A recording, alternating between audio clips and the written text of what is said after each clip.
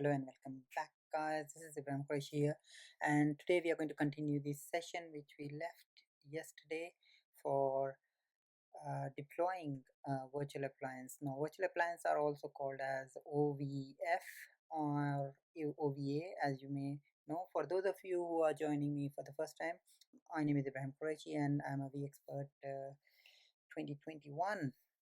Yep, and I have been the expert for the past 3 years. If you're joining me for the first time, I train or teach VMware virtualization for people who are interested. So don't forget to subscribe, hit the notification bell, and like for new updates. So let's get started, boys. So if you want to learn how to create a OVF or a highly like deploy your own VM, make all the changes you need and create it as a appliance, then be sure to check out the previous session which I did around that. Now today's session we are going to work on how to deploy a OVF. Now most of the vendors are giving OVF, like the example I used last time in my last session was about Nagios, right? So Nagios is also giving a Nagios XI edition, which is a paid version, and they are basically giving away the OVF for people to deploy. The only downside with Nagios XI is it only allows you to have 7 hosts or 100 services for monitoring.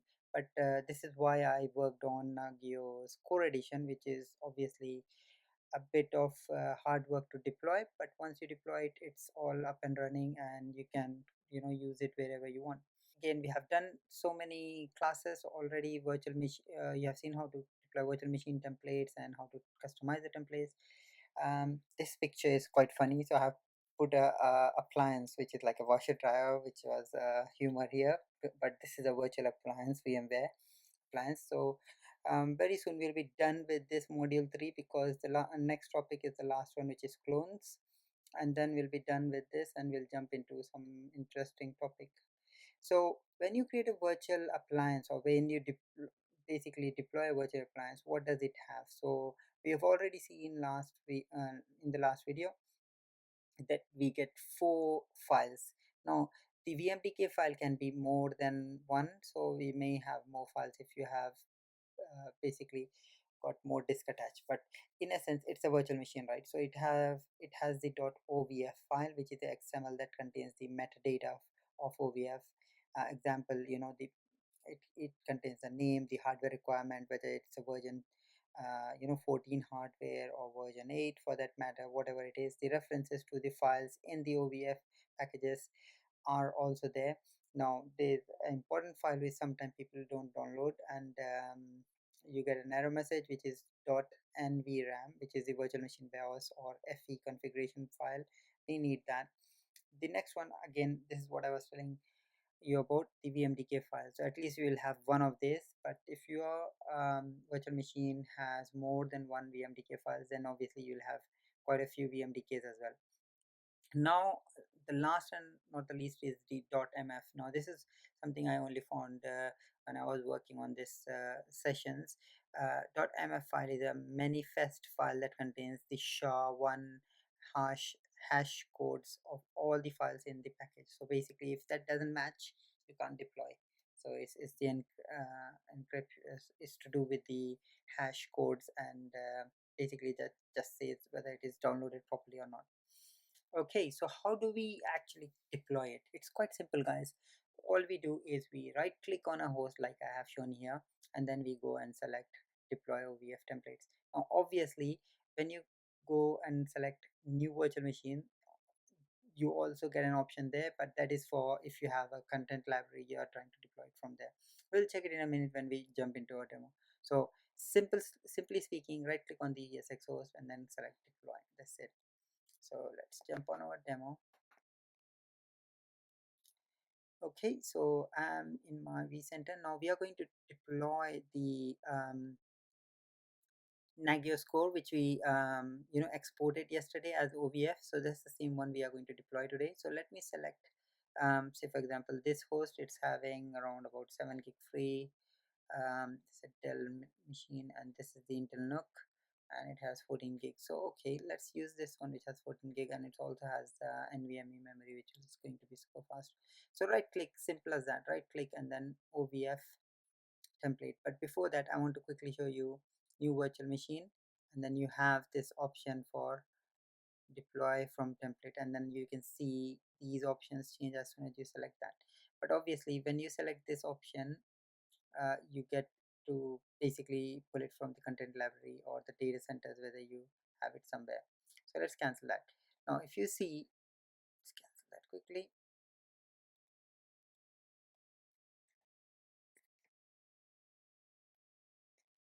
These are the files which we downloaded yesterday or in the last session. The mf file, .mf file, which is the manifest, the OVF, the VMDK, and NVRAM file. Ignore this one, I just downloaded it twice. So let's cancel that and then click on cancel, and let's properly do it. So right click on the ESX host and select deploy OVF template, select local files, and then select upload. So obviously I have downloaded it on my desktop, so let's select that, and then there you go, Nagios folder, and I have those 4 files which we already discussed in our slides. And it has picked up the VMDK file, which is the disk, and the .ovf and .mf4 file, which is the manifest, and of course the last and not the least, the NV RAM file. So let's select all of that and then click on open, and it says correctly that we selected 4 files, which is fine. Click on next. I'm going to give the name a little bit different. I'm going to call it demo NMS, which is okay, let's call it Nagios core. Why not? It is what it is, right? Let's put it in discovered virtual machines.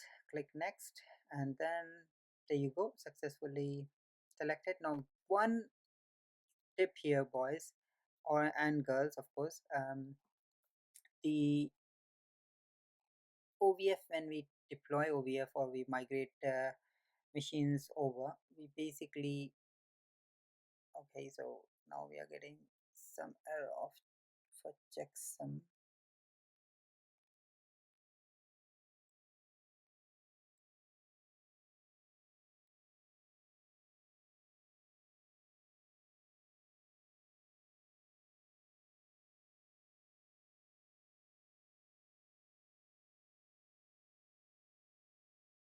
So this is the again the manifest file which we have, .mf, which has that information. So what are we going to do now? So the only thing you can do is re-download it. So I'm going to re-download and start the session again.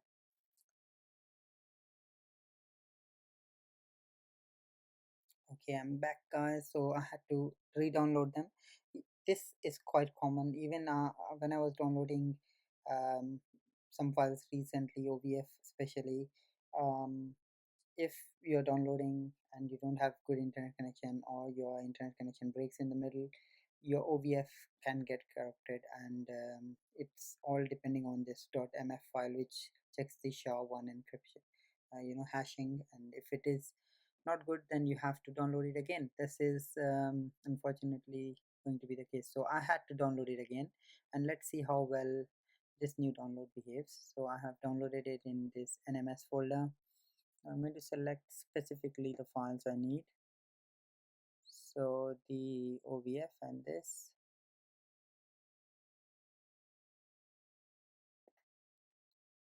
Let me rename these files. Maybe because of that as well, it is getting problems.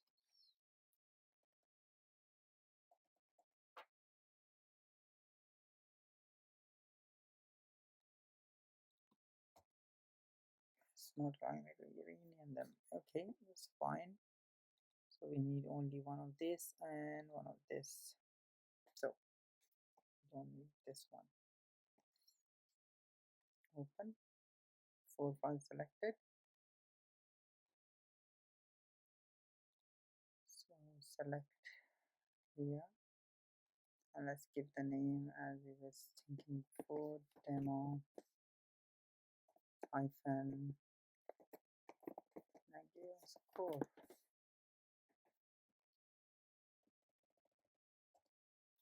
That's it.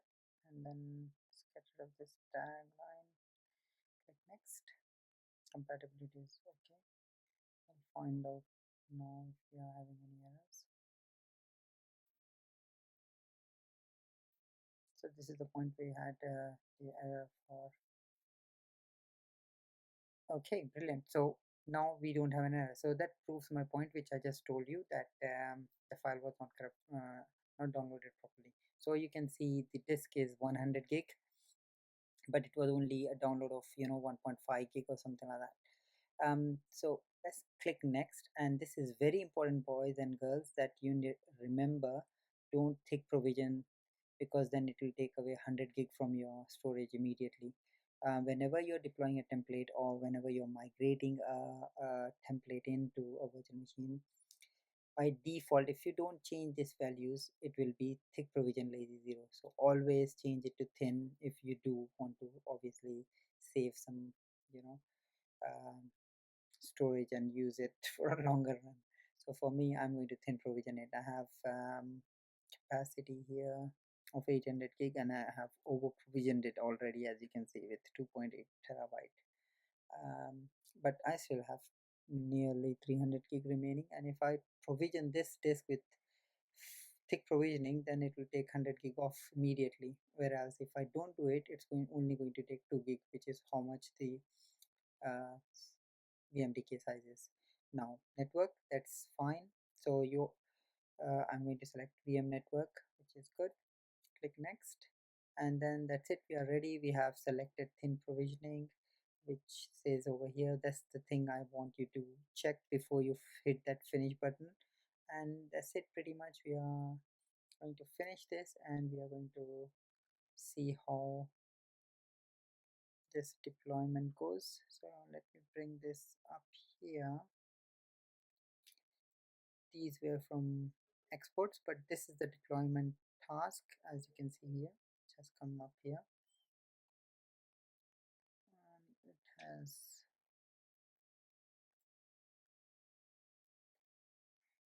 it is running here.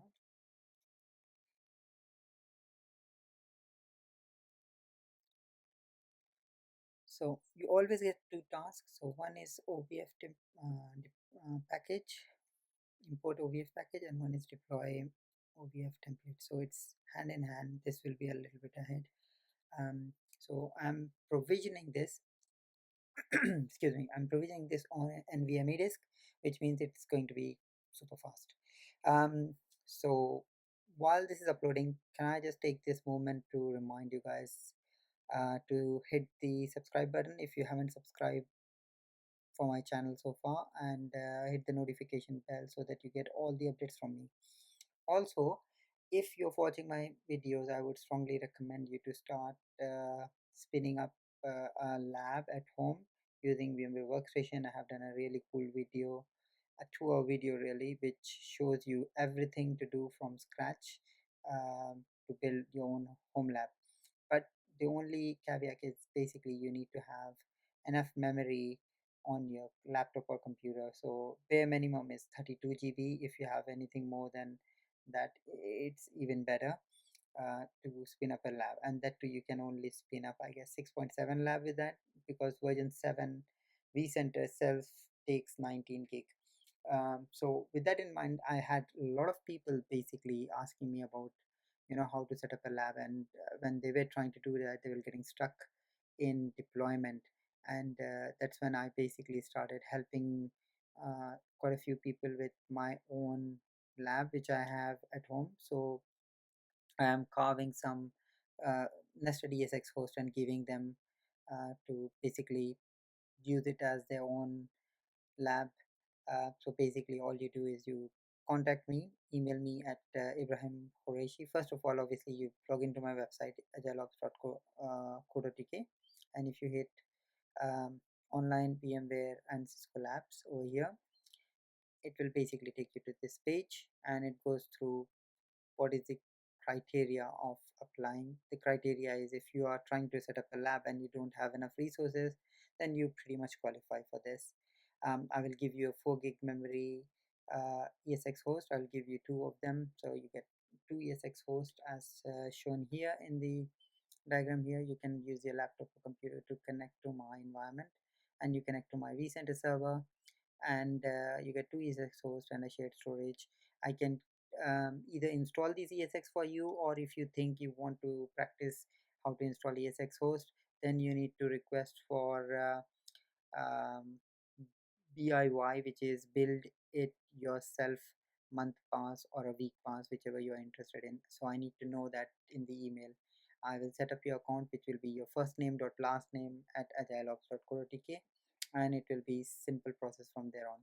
So let's have a look at the deployment. I think we are nearly done. We are nearly there, guys. So hopefully once this is done, I can power on this machine. Let's go back and search where our machine is getting deployed. There you go. I can see it here. So it's not fully deployed yet, so we are not going to touch it or power it on. So we need to wait for it to be deployed. So as always with system administrators, I always say that you need to have some patience when you're doing jobs like this, right?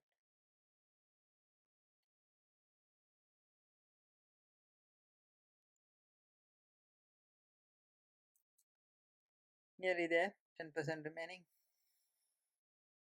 and then we will be able to power it on.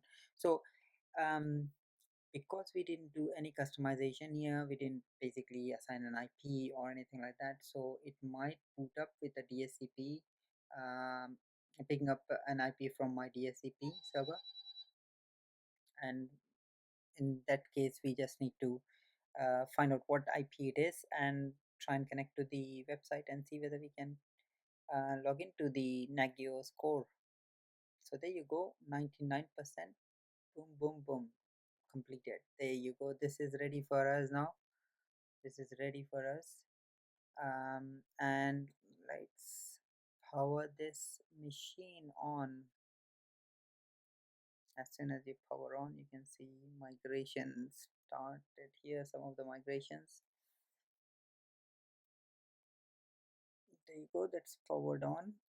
Let's go down and have a look at the screen. There you go. Yes, web console. Let's open it on a web console. There you go, we have booted successfully. Let's quickly have some post checks, right? So log in as obviously your account if you know it, and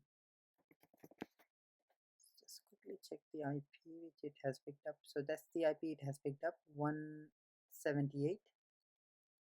Okay, then so let's try it. 10.10.10.178, and then hit enter. So we'll get an Apache page. Brilliant. So our web server is running /Nagios, which will take us to the Nagios installation. The user for Nagios is admin Nagios admin, and then I will punch in the password.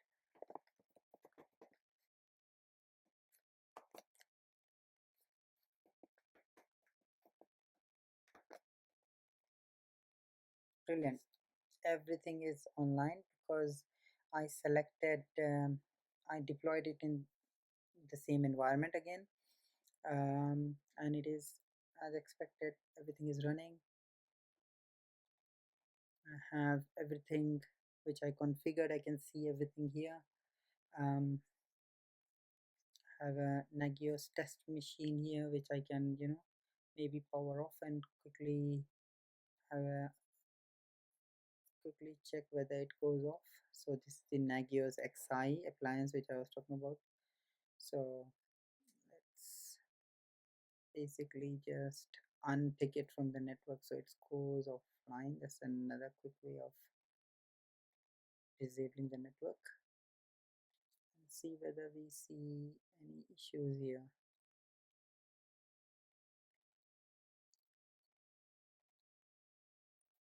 notifications,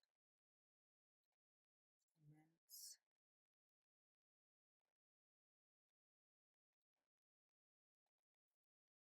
Hopefully we will start seeing some errors.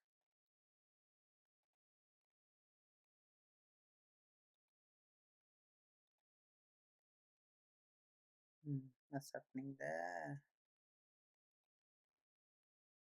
There you go. It's back again.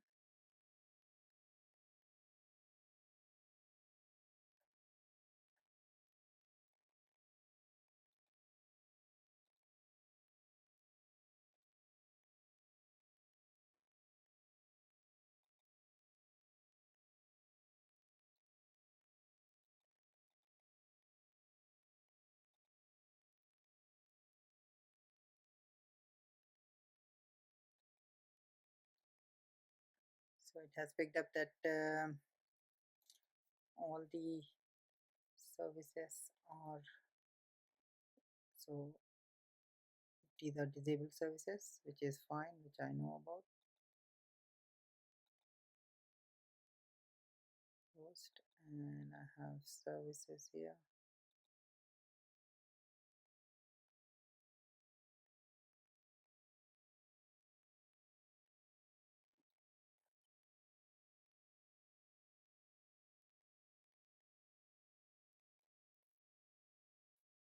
So that is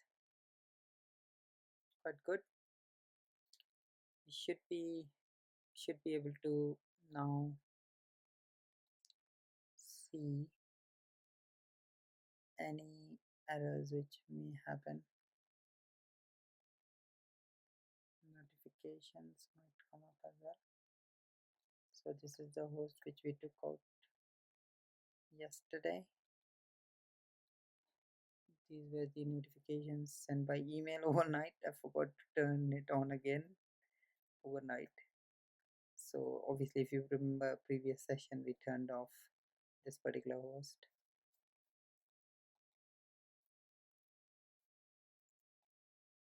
That was this host, to be honest.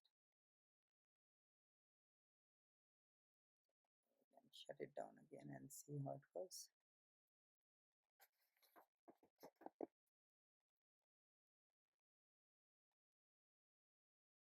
Actually, it is this, but so that's the IP 10 10 10 22.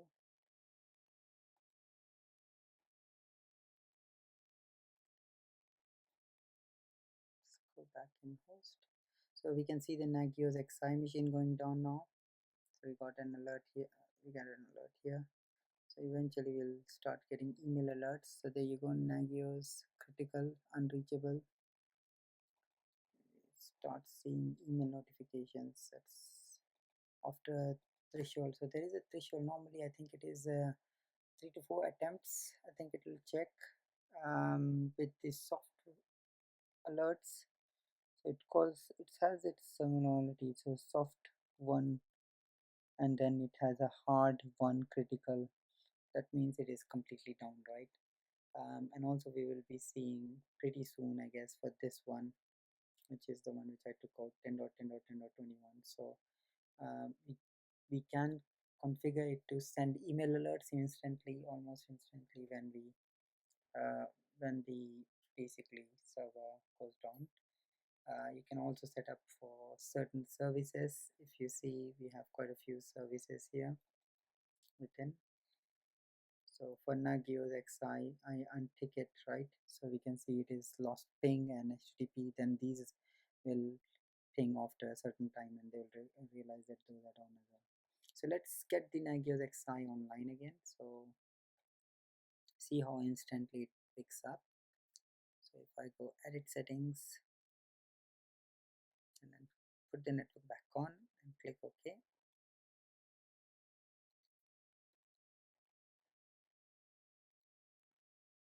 So ping should be back online, right? So hence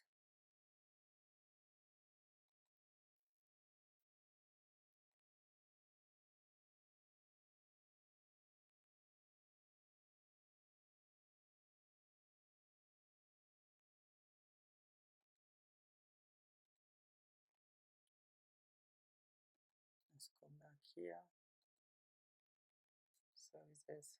It takes around about 2 to 3 minutes for it to pick up. Obviously, it won't be 30 seconds, and it's a lot of polling for checking the services.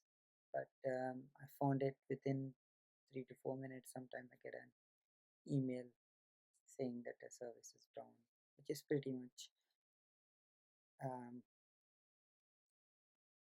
okay, I guess, from my point of view for a service going down. Because you need to be 100% sure that it is down. You don't want false alarms if you lose a ping or something like that. But yeah, this should pick up. By the way, if you do want, so there you go, it's gone green again. You can see it, but you can also see this sourced ESX3 down, which should come up in events as well. So we will see here Nagios soft down and Nagios up. Nagios XI, which is Nagios XI edition is up. That's the server, and then we have seen the ESX3 soft alert and then the hard alert here. So which is pretty much for the ESX host which I took down. This one, yes, such is also alerted now. So yeah, if you like this demo and see the dashboard, the tactical overview dashboard is changed as well. Now we are having something down. So if we click on it, we can see exactly, okay, this is the only server down now. I can pretty much bring it up by just powering it on, right? Right click.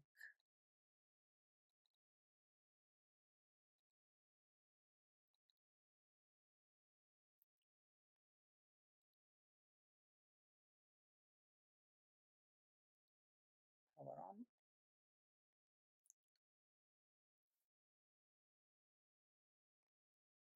And then we can keep an eye on the ESX booting again. So I'm also working on integrating the VMware infrastructure like the data store and the alerts from vCenter to be integrated in the Nagios core. At some point, I want to be in a position that, okay, I have that appliance in a position that I can distribute it within uh, you know, my network where people are not having a decent monitoring, but I'm not there yet. So hopefully, if I get there, I have invested a lot of time in configuring this monitoring tool, so why not? So I might actually share it with someone who really needs it. So it's pretty much booted, so it's just taking these services. There you go. So now we can go back to our Nagios. So it's still saying it's down. So that's how instant we get notifications, obviously, um, when something goes down and comes back up. So there you go. There is a green notification for this server that it is soft one ping okay. I guess at some point now it will pick up that ESX3 is also not critical anymore and it's back up, and that's what we'll be seeing before we finish the call now. So it's still down saying, but you get the idea. So we already saw Nagios XI going down and coming back up again, going back green. So it's still having HTTP service critical, but it will go green soon, I guess. So this is pretty much it, guys. I will not wait for this to go green. It might take another couple of minutes. But yeah, if you have any questions, by all means, you can always get back to me.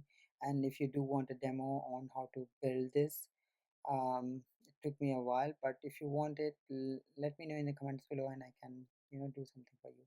As discussed, online VMware and Cisco labs are available if you need it, which is a great news, and a lot of people have requested it, and some people are also using it and enjoying it already. So if you are struggling to set up your own lab and you want to learn as you're watching the videos, then by all means reach out to me on my email address, ibrahim@agileops.co.uk.